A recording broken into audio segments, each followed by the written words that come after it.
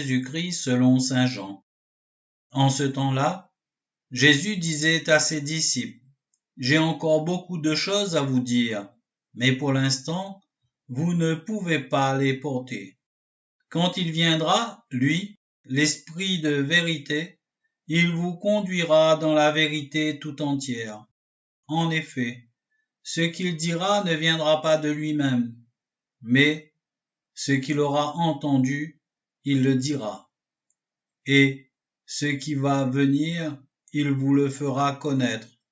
Lui me glorifiera, car il recevra ce qui vient de moi, pour vous le faire connaître. Tout ce que possède le Père est à moi. Voilà pourquoi je vous ai dit, l'Esprit reçoit ce qui vient de moi, pour vous le faire connaître.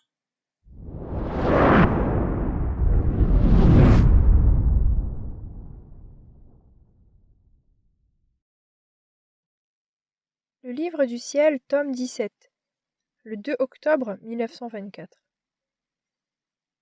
Après cela, je me suis sentie transportée en dehors de mon corps vers la voûte des cieux, et j'ai eu l'impression de rencontrer le Père céleste et le Saint-Esprit. Jésus, avec qui je me trouvais, se plaça au milieu d'eux et me déposa sur les genoux du Père, qui semblait m'attendre avec beaucoup d'amour. Il me serra contre lui, et m'absorbant dans sa volonté, il me communiqua sa puissance. Les deux autres personnes divines firent de même. Pendant que, une à une, elles m'absorbaient dans leur volonté, elles s'unifièrent, et je me sentis simultanément immergée dans la volonté et la puissance du Père, la volonté et la sagesse du Fils, et la volonté et l'amour du Saint-Esprit. Mais comment décrire tout ce que j'ai expérimenté? Ensuite, mon aimable Jésus me dit, « Fille de notre éternelle volonté, prosterne-toi devant notre suprême majesté, et au nom de toutes les créatures, offre-lui ton adoration, tes hommages et tes louanges, avec la puissance, la sagesse et l'amour de notre volonté. Nous sentirons en toi la puissance de notre volonté qui nous adore, la sagesse de notre volonté qui nous glorifie, et l'amour de notre volonté qui nous aime et chante nos louanges.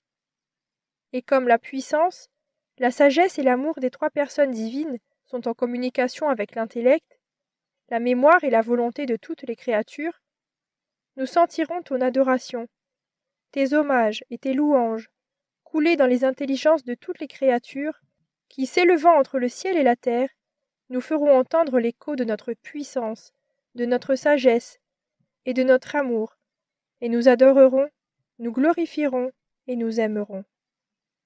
Tu ne pourras nous donner une adoration plus grande, des hommages plus nobles et un amour plus divin. Aucun autre acte ne peut égaler ces actes et nous donner autant de gloire et d'amour, parce que nous y percevons la puissance, la sagesse et l'amour réciproque des trois personnes divines. Nous trouvons nos propres actes dans les actes de la créature.